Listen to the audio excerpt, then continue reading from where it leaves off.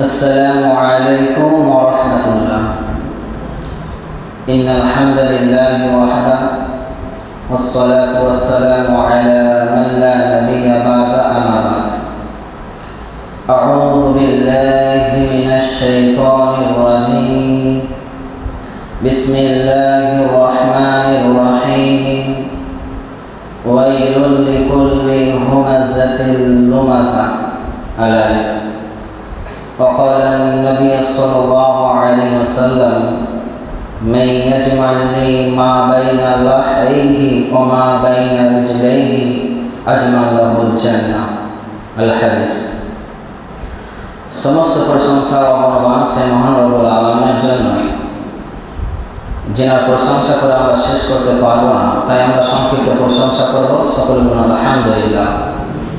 তারপর করে আমাদের প্রিয় হাবিব জনাবে মুহাম্মদ রাসূলুল্লাহ সাল্লাল্লাহু আলাইহি ওয়াসাল্লাম এর উপর শতকোটি দরুদ ও সালাম বর্ষিত হোক। আল্লাহুম্মা আমিন। আজকে আমার যিনি অনুষ্ঠানে আলোচনার বিষয় গীবত, পরনিন্দা করার ভয়াবহ পরিণতি। সম্মানিত মসজিদের মুসাল্লিগণ, আপনার প্রত্যেকেই অবগত, এই বিষয়টি হয়তো অনেকবার আপনারা শুনেছেন।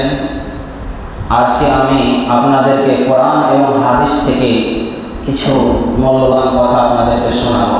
ওমা তৌফিকি ইল্লা বিল্লাহ। গীবত, পরনিন্দা এটা এমন একটি পাপ, এই পাপটি করার জন্য মানুষকে মুখ অথবা জিহ্বা ব্যবহার করতে হয়। গীবত, পরনিন্দা, অপবাদ, মানুষ এই পাপটি যে করে, এই মানব দেহের যে অঙ্গ প্রত্যঙ্গ রয়েছে, এই পাপটি মানুষের মুখ দিয়ে, জিহ্বা দিয়ে হয়ে থাকে। একটা মানুষ যখন কারো বদনাম করে বা কারো উপরে অপবাদ লাগায়, তখন তাকে এই মুখ বা জিহ্বা ব্যবহার করতে হয়। এই জন্য বলা হয়েছে যে এই জিহ্বা হচ্ছে অন্তরের দরজা।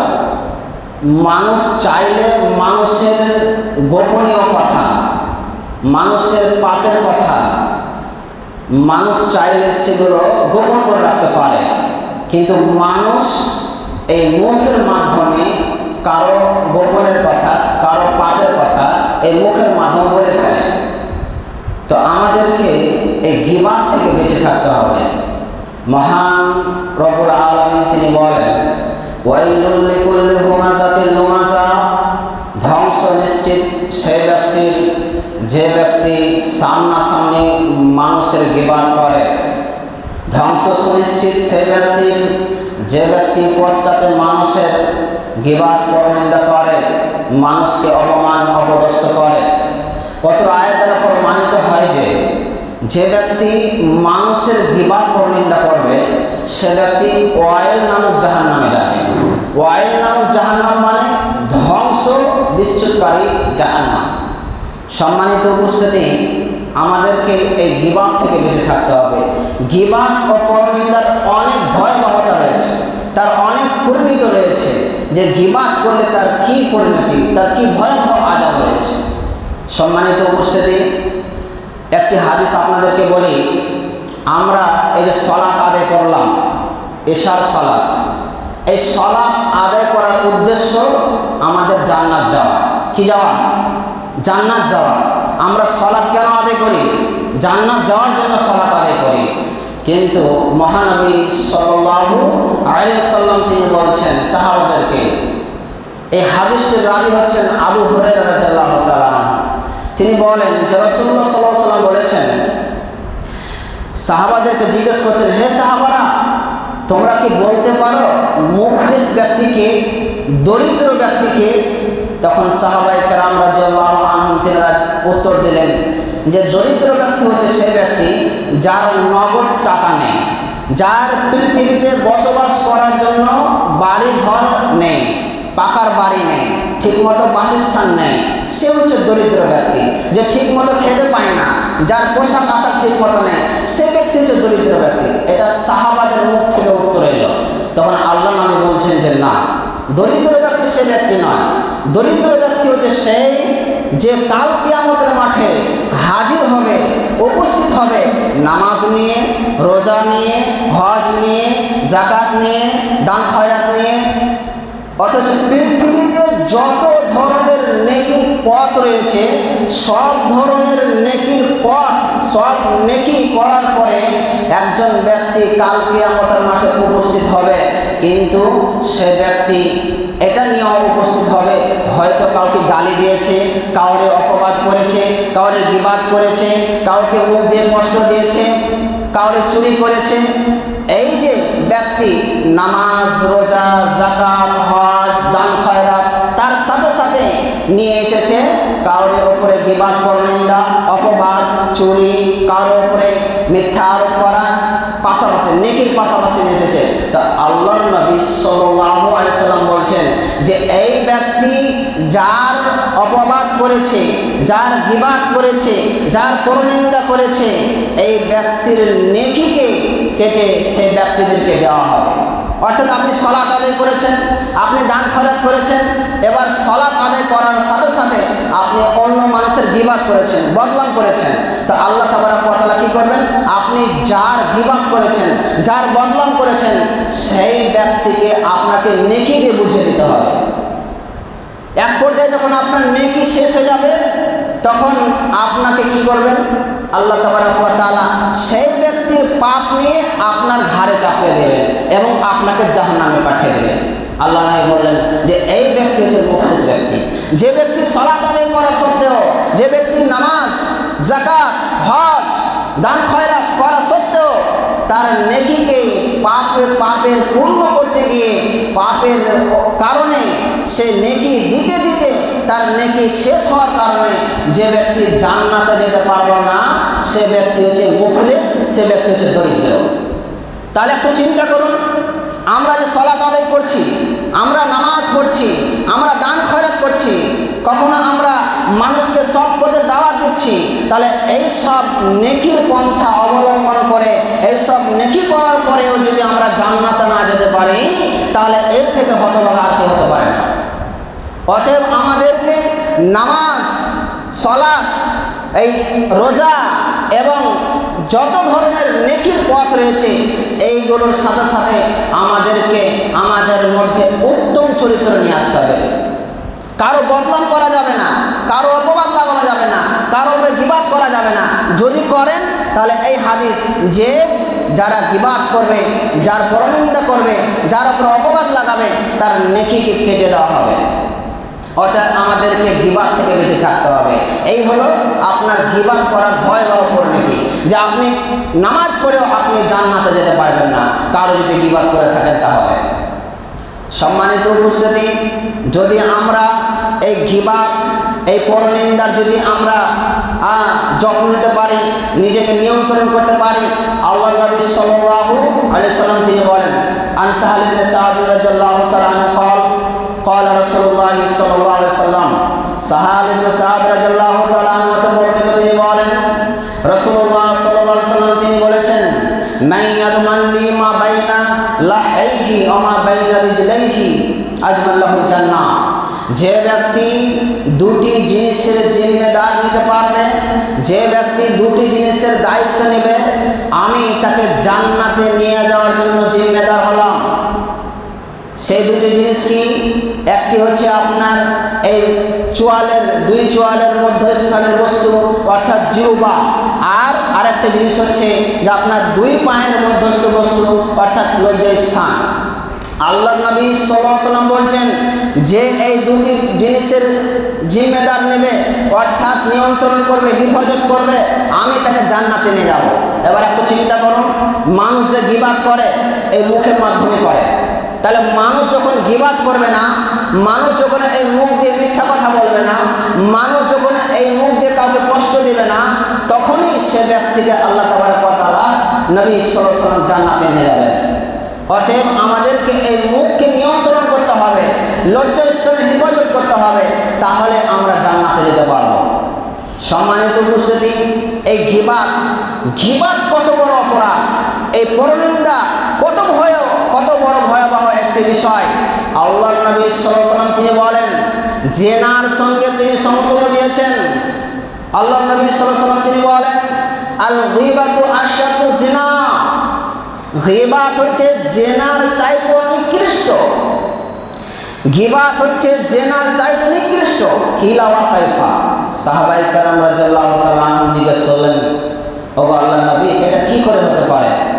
গীবাত জেনার চাইতে কিভাবে নিকৃষ্ট হতে পারে?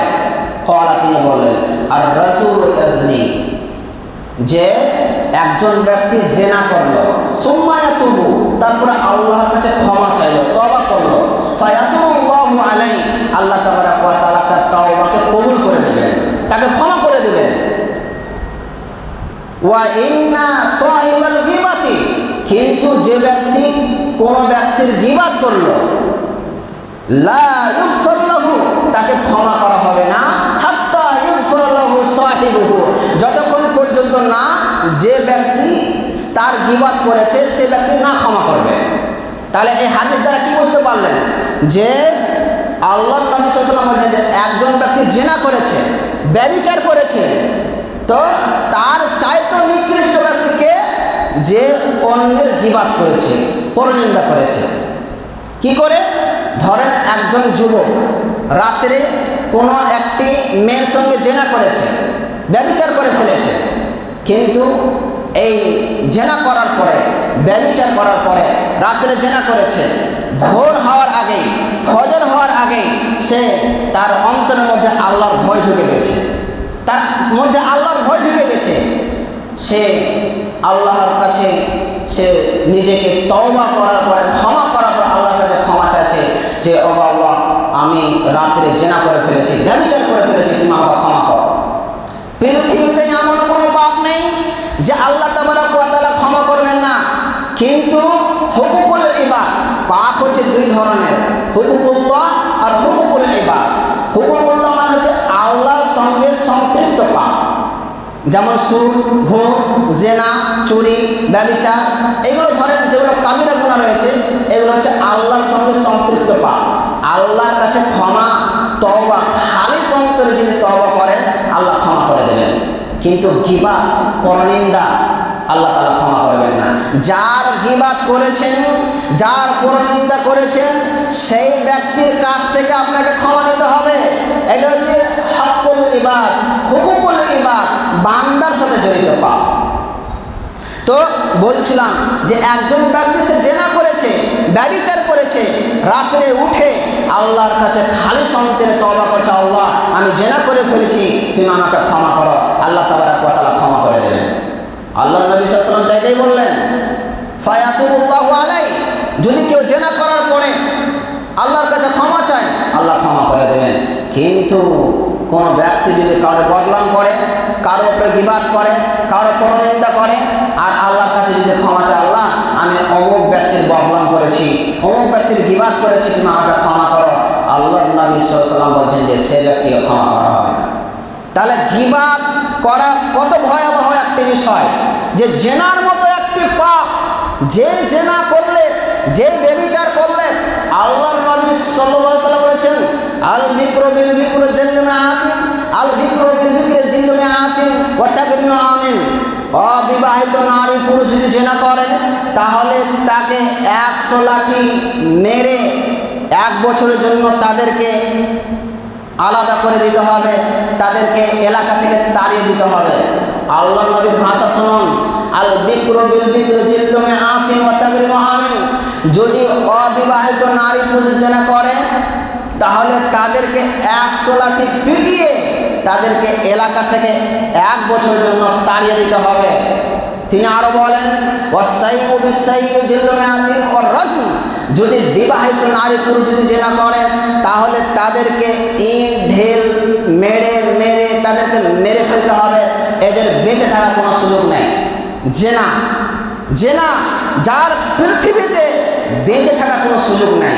তারপরও আল্লাহ নবী সাল্লাল্লাহু আলাইহি ওয়াসাল্লাম বলছেন যে জেনাকার ব্যক্তি, ব্যভিচারী ব্যক্তি, ব্যভিচার ব্যক্তি যদি ব্যভিচার করার পরে, জেনার করার পরে আল্লাহর কাছে ক্ষমা চায়, আল্লাহ ক্ষমা করে দেবেন।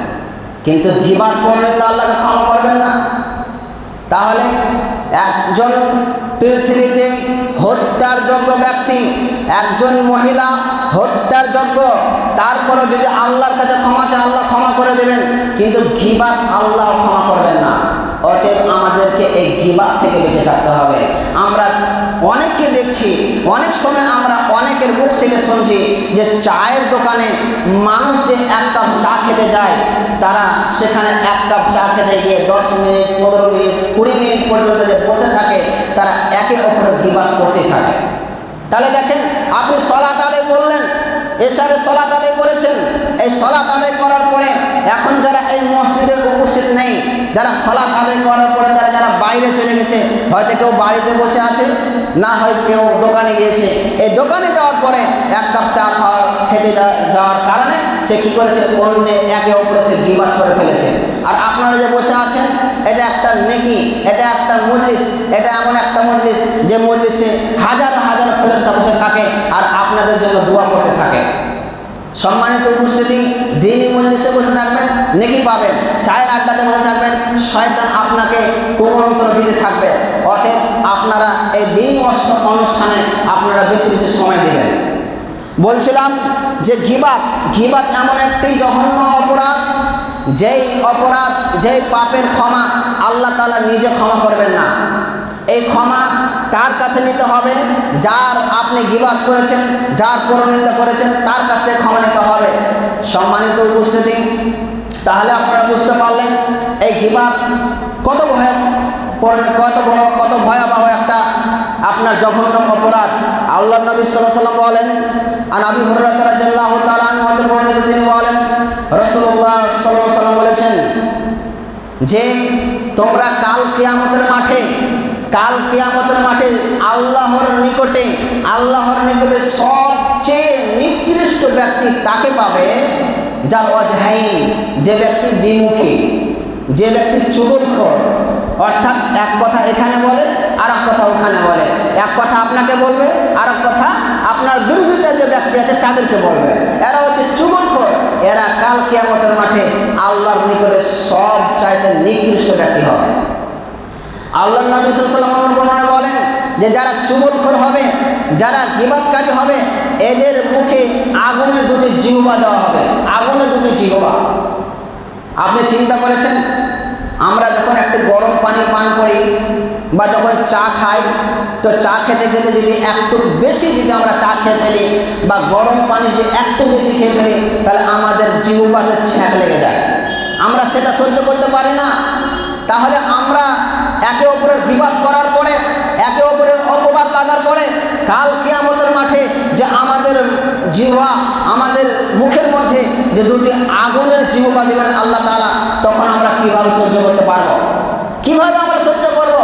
আজ বর্তমানে যদি আমরা একটু গরম পানি ছ্যাঁকা না নিতে পারি, এই বর্তমানে যদি আমরা একটা গরম চায়ের যদি ছ্যাঁকা না নিতে পারি, তাহলে কাল কিয়ামতের মাঠে 2টি আগুনের জিহ্বা আমরা কিভাবে সহ্য করব? অতএব আপনারা এই চুগলখোর, গীবাত, পরনিন্দা, অপবাদ থেকে আপনারা বেঁচে থাকেন। আল্লাহর নবী সাল্লাল্লাহু আলাইহি ওয়াসাল্লাম বলেন, লা ইয়াদখুলুল জান্নাতা কাত্তাত, যারা চুগলখোর তারা জান্নাতে যাবে না। এখানে সরাসরি আল্লাহর নবী সাল্লাল্লাহু আলাইহি ওয়াসাল্লাম বলছেন, ডাইরেক্ট বলছেন, লা ইয়াদখুলুল জান্নাতা কাত্তাত, যারা চুগলখোর হবে এরা জান্নাতে যাবে না। এবার দেখেন, এই চুগলখোর একজন নামাজি হতে পারে, এই চুগলখোর একজন হাজি হতে পারে, এই চুগলখোর একজন যাকাত প্রদানকারী হতে পারে, এর কোনো শ্রেণী নেই। আপনার কিনা যে কোনো ব্যক্তি হতে পারে, একমাত্র মুমিন মুত্তাকি ব্যক্তি ছাড়া। কারণ একজন মুমিন, একজন মুত্তাকি, একজন পরহেজগার ব্যক্তির মধ্যে আল্লাহর ভয় রয়েছে, তারা এই গীবাত পরনিন্দা করবে না। যেমনভাবে রাসূলুল্লাহ সাল্লাল্লাহু আলাইহি ওয়াসাল্লাম, নবীগণ, সাহাবায়ে কেরামগণ যেভাবে অন্য মানুষের গীবাত করতো না, কারণ তাদের মধ্যে আল্লাহর ভয় ছিল। তো আমাদের মধ্যে যাদের আল্লাহর ভয় থাকবে তারা গীবাত পরনিন্দা করবে না। কিন্তু একজন নামাজি, একজন যাকাত প্রদানকারী, একজন হজ পালনকারী, এদের মধ্যে যদি আল্লাহর ভয় না থাকে, তাহলে এরা একে অপরের গীবাত করতে ছাড়বে না। অতএব আমাদেরকে এই গীবাত থেকে বেঁচে থাকতে হবে। যদি আমরা গীবাত করি, কাউরে অপবাদ লাগে কারোর উপরে, যদি আমরা কারোর উপরে চুগলখড়ি করি, তাহলে মনে রাখবেন আল্লাহর নবী সাল্লাল্লাহু আলাইহি ওয়াসাল্লামের এই হাদিস যে আমরা জান্নাতে যেতে পারবো না। তাহলে আমরা এই যে ফজরের সময় আমরা ঘুম ত্যাগ করে, ঘুমকে ত্যাগ ত্যাগ করে যে আমরা সালাত আদায় করতে আসছি, কিসের জন্য? একটাই আমাদের উদ্দেশ্য যে আমরা জান্নাতে যাব। তাহলে আমরা 5 ওয়াক্ত সালাত আদায় করার পরেও যদি আমরা জান্নাতে না যেতে পারি, তাহলে আমাদের থেকে আর হতভাগা কেউ হতে পারে না। সম্মানিত উপস্থিতি, আমি আর একটি হাদিস বলে আমার আলোচনা শেষ করব। সে হাদিসটি কি? যে আল্লাহর নবী সাল্লাল্লাহু আলাইহি সাল্লাম একদিন বলছেন যে সাহাবায়ে কেরাম রাদিয়াল্লাহু আনহুম জিজ্ঞেস করছেন আল্লাহর নবীকে যে গীবাত কাকে বলে, গীবাত কাকে বলে? তখন আল্লাহর নবী সাল্লাল্লাহু আলাইহি সাল্লাম বলছেন যে গীবাত হচ্ছে সেটা যে তুমি অন্য কোনো তোমার ভাইয়ের এমন কথা বললে যে কথাটা তার অপছন্দনীয়। তখন সাহাবায়ে কেরাম রাদিয়াল্লাহু আনহু বলছেন যদি সে ব্যক্তি সেই কাজটি করে থাকে, সেই কাজ যদি করে থাকে, ধরেন একজন ব্যক্তি চুরি করেছে, আমি যদি তাকে চোর বলি, তাহলে কি সেটা গীবত হবে? ওগো আল্লাহর নবী, এই ব্যাপারে আপনার মতামত কি? তখন আল্লাহর নবী সাল্লাল্লাহু আলাইহি সাল্লাম তিনি বলেন যে এটাই হচ্ছে গীবত। একজন ব্যক্তি অপরাধ করেছে আর সেই অপরাধের কথাটা তুমি মানুষদেরকে বলে বেড়াচ্ছ। একজন ব্যক্তি জেনা করেছে, একজন ব্যক্তি চুরি করেছে, সেই চুরি করা কথাটা দোকানে বাগানে সেখানে আশেপাশে বাড়ি ঘরে বলে বেড়াটা হচ্ছে গীবত। আর একটা কাজ সে করেনি আর সেই কথাটা, সেই কাজটা যদি বলা হয় সেটা হচ্ছে অপবাদ, তহমত লাগানো। তাহলে আপনারা বুঝতে পারলেন যে কাজটা আপনি ধরেন চুরি করেছেন আর আপনার একজন বন্ধু আপনার অন্য বন্ধুকে বলছে যে আজকে আব্দুর রহমান চুরি করেছে, তাহলে এটা হচ্ছে গীবত। তার উচিত ছিল এই চুরি করা কথাটা তাকে গিয়ে বলা, যে চুরি করেছে, যে অপরাধ করেছে তাকে গিয়ে বলতে হবে। অন্যজনকে বললে সেটা গীবত হয়ে যাবে। তাকে গিয়ে বলে তাকে সতর্ক করতে হবে, তাকে কোরআন হাদিসের আলোচনা শোনাতে হবে, হয়তো তার ঈমানটা দুর্বল হতে পারে। সম্মানিত উপস্থিতি, তাহলে আপনারা বুঝতে পারলেন যে গীবত করলে তার ভয়াবহতা কী রয়েছে। পরিশেষে আল্লাহর কাছে দোয়া করি আল্লাহ তাবারক ওয়া তাআলা যেন আমাদের সকলকে, সকল দিনী ভাই ও বোনদেরকে এই গীবত থেকে বেঁচে থাকার তৌফিক দান করেন, আমিন। ওগো আল্লাহ, যারা এখানে উপস্থিত রয়েছে এবং যারা অনুপস্থিত তাদেরকে তুমি এই দিনী আলোচনা প্রত্যেক সপ্তাহে তাদেরকে দিনী আলোচনা তুমি শোনার তৌফিক দান করো, আমিন। আমি পরিশেষে এও দোয়া করি আল্লাহ তুমি যারা এই এশার সালাত আদায় করার পরে বিশেষভাবে এই ইজতেমাতে এই দিনী অনুষ্ঠানে উপস্থিত রয়েছে, তুমি তাদের সকল পাপকে তুমি ক্ষমা করে দাও, আমিন। এবং তাদেরকে তুমি এই গীবত, পরনিন্দা, চুগলখোর পাপ থেকে তুমি তাদেরকে হেফাজত করো, আমিন। ওয়া মা আলাইনা ইল্লাল বালাগ। আসসালামু আলাইকুম ওয়া রাহমাতুল্লাহ।